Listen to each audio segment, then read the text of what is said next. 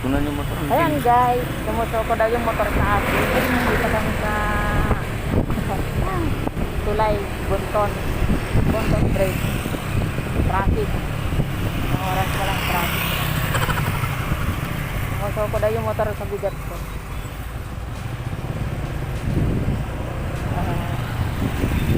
Init, kaya kailangan sinisingit tayo.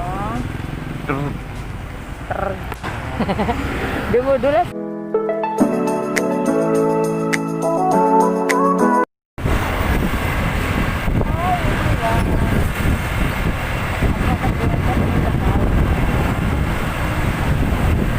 Ito na yung Bicycle Girl, Bicycle Boy.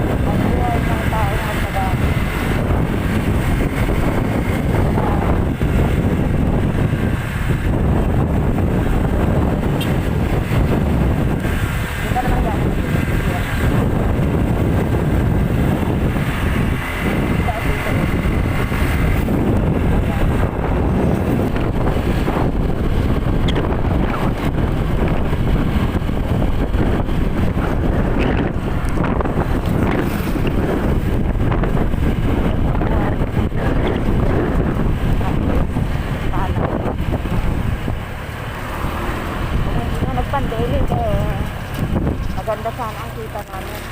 Ito wala. Hours later. Hala!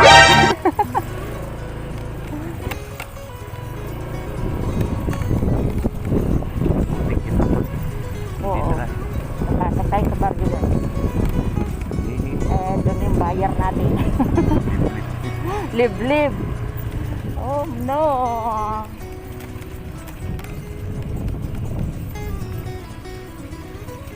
Ganun talaga.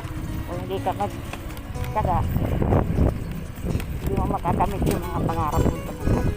Di ba tang? Pakabait ka lang. Bigyan ka ng Diyos. May bigyan tayo ng Milyones. ni Lord ng milyones. Bigyan na kita ng reward kasi sobrang na yung ano mo eh. Sisikap mo eh. Saan man sulok ng mundo eh. Pinupuntahan mo eh.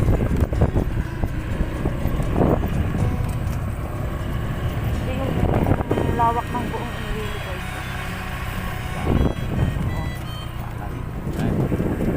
Kapangalan ni Apo yung lili.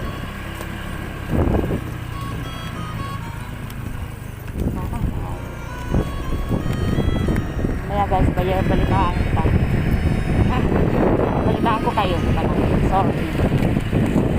A few moments later.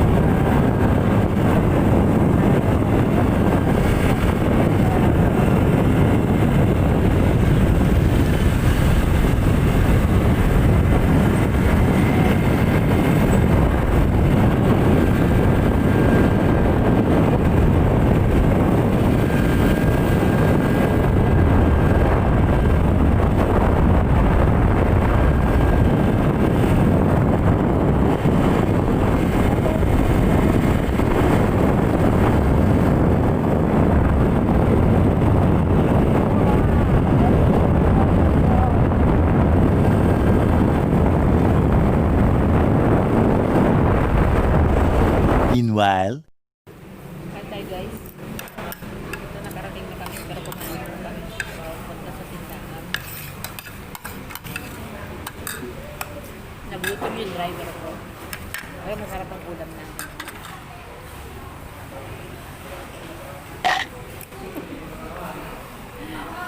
Litson. Carnivorous ng kasama ko eh.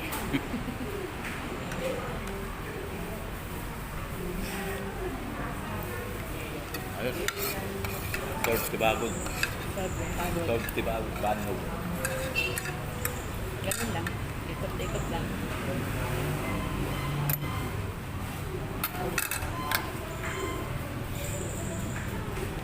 Pag nauubos na yung baboy niya, meron na siyang 2.5. Bawi na siya. But, Nabilis lang naman yan. Pilipinas? Kasi meron ano dito nagtitinda na nila. Eh dito pag pabili ka litson. Litson lang talaga. Wala yung mahal pa. Bayaran. Diba ito? Paano?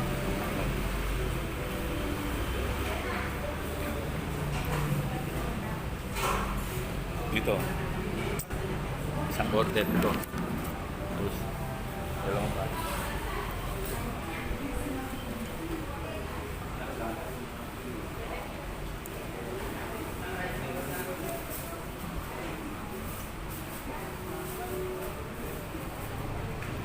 Ginagawa mo.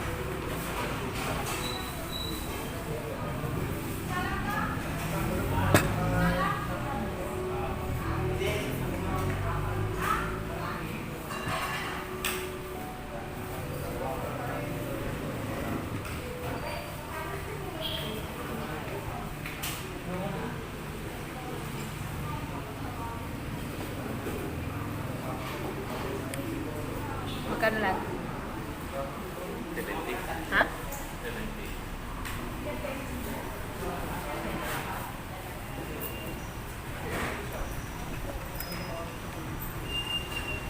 May natira. Ayun, iuwi ko sa mga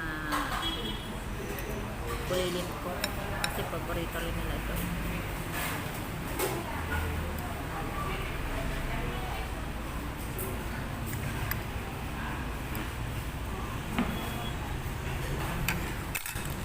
Hindi ka? Ha? Sila. Patikim naman sila.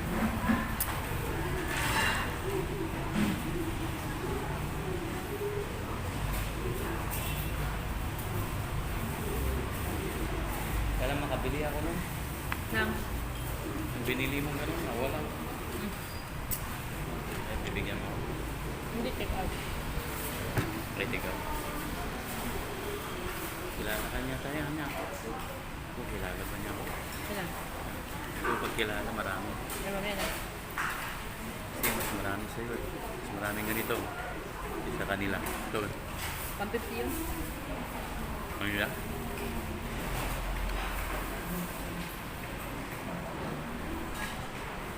Ako na lumibig. Nataba tayo na. Ito yung motor ko nga, brug-brug.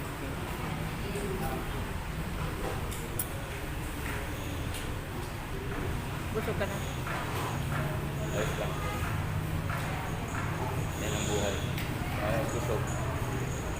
So, sipagin ka na po. Mahangin. Pero pag buto, masakit. Alam, mainit ang ulo. Mamaya matulog ka na. Okay. Mayroon kang one mission. Haba na. Pag magkapa mo. Hi guys! Hello! Dito na ako sa pwesto ko. Kararating ko lang guys. So yun, nagyabang na naman tayo ng buyer. As usual, panghapon na naman tayong ganito. Think positive. Tapos meron na akong konting kita. Bet pa pa.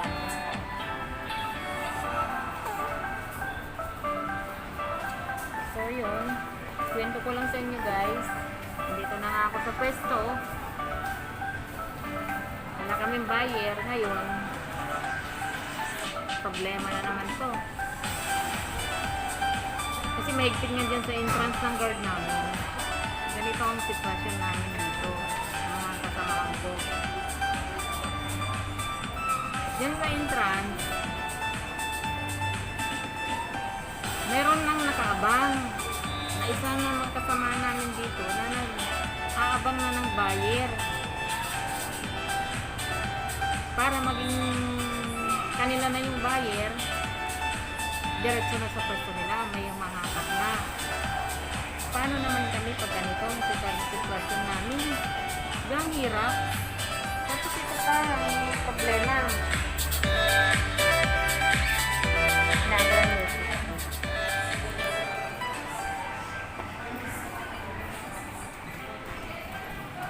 Yung COVID shield, papasok yung buyer, halimbawa walang ID, ipapahiram yung ID para makapasok at magiging kanila na yung customer. Diba ang pangit? Dapat patas lang. Kaya ano yung gwardiya kung anong gagawin nila. Hindi yung kanya-kanyang diskarte nga yun eh. Alam mo yung diskarte, hindi naman tamang pamamaraan. Panglalamang yun. Yan, hirap.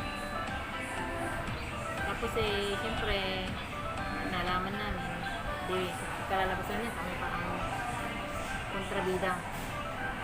Pare-paras na kami kontrabida. Di ba, hindi maganda yun, kahit na sino nasa kalagayan natin. Patas lang. Kasi kami, kaya namin mag-kiss dito sa pwesto, nag-aabang. Pag lumapit sa'yo, di para sa'yo. Hindi yung lahat ng paraan na hindi naman maganda eh. Meron kang napakan na tao. Hindi tama yun. Kaya yun, nag-complain kami sa warga. Kung hindi baguhin yung sistemang ganyan, magre-report na kami sa management. Ang akin naman, ayoko naman na ano yung guardia, madamay. Gawin nila yung tamang trabaho. Kaya ang problema, katwiran, hindi raw nila alam na gano'n ang ginagawa. Kaya sabi ko, maging alert ko na lang kayo kung halimbawa ganyan o ano. Kasi hindi tama yun. Mahirap. Ayun lang guys. Nakakasama lang ng loob, alam mo ba yun? Kasi kumbaga sakto lang naman yung ginagawa namin, hindi ka naman kami pasaway. Pero pag ano, masakit sa damdamin.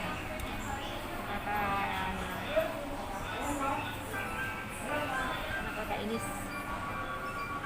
Kaya yun, kaya mo na. Kaya antayin na lang natin kung ano ang kalalabasan sa problema natin. Isa o dalawa, tatlo o lima na lang yung basta kunin niya lahat.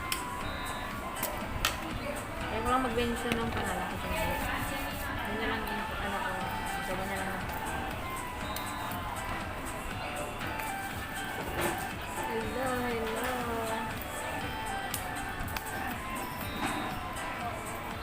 Blow to na kita eh.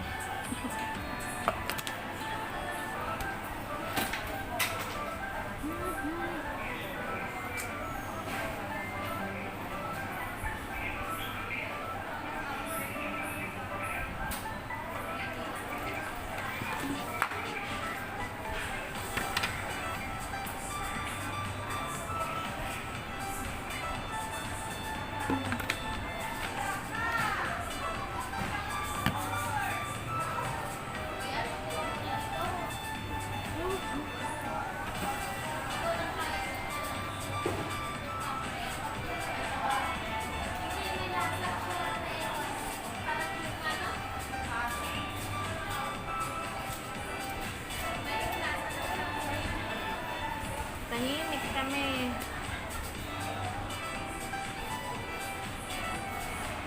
Problema pa namin magla-lockdown kasi dalawang barangay talagang totally lockdown. E dumami yung ano naman natin. ng balita. Ilalakdown na. Wala nang buhay na naman.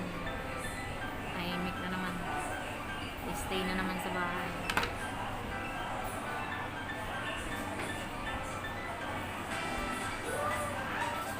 Ayos ka. Ayun guys. Kumusta kayo? Ang tagal kong hindi nakapag-upload. Dahil ito nga, stress lagi. Hindi ako makakonsentrate kung anong pwede kong yan. Naapektuhan yung utak ko. Sa sitwasyon namin dito. Kaya yung sobrang stress ko. Pagupit na ako. Kumusta kayo? Thank you sa mga bago kong kaibigan dyan. Stay safe.